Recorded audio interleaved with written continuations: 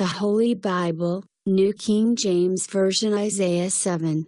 Now it came to pass in the days of Ahaz the son of Jotham, the son of Uzziah, king of Judah, that Rezin king of Syria and Pekah the son of Remaliah, king of Israel, went up to Jerusalem to make war against it, but could not prevail against it. And it was told to the house of David, saying, Syria's forces are deployed in Ephraim. So his heart and the heart of his people were moved as the trees of the woods are moved with the wind.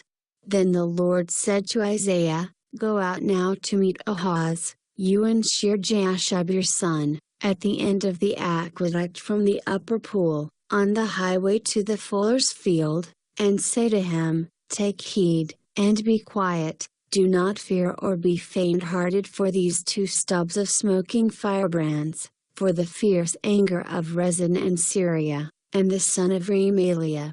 Because Syria, Ephraim, and the son of Remaliah have plotted evil against you, saying, Let us go up against Judah and trouble it, and let us make a gap in its wall for ourselves, and set a king over them. The son of Tabal. Thus says the Lord God, It shall not stand, nor shall it come to pass. For the head of Syria is Damascus, and the head of Damascus is Rezin. Within 65 years Ephraim will be broken, so that it will not be a people. The head of Ephraim is Samaria, and the head of Samaria is Remaliah's son. If you will not believe, surely you shall not be established. Moreover, the Lord spoke again to Ahaz, saying, Ask a sign for yourself from the Lord your God, ask it either in the depth or in the height above. But Ahaz said, I will not ask, nor will I test the Lord.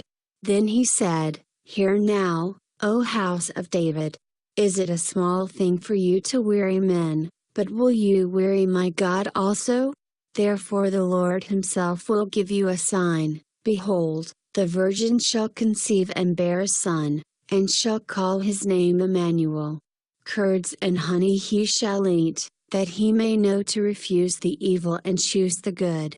For before the child shall know to refuse the evil and choose the good, the land that you dread will be forsaken by both her kings. The Lord will bring the king of Assyria upon you and your people and your father's house, days that have not come since the day that Ephraim departed from Judah. And it shall come to pass in that day that the Lord will whistle for the fly that is in the farthest part of the rivers of Egypt, and for the bee that is in the land of Assyria.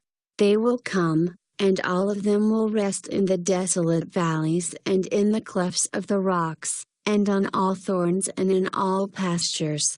In the same day the Lord will shave with a hired razor, with those from beyond the river, with the king of Assyria, the head and the hair of the legs, and will also remove the beard.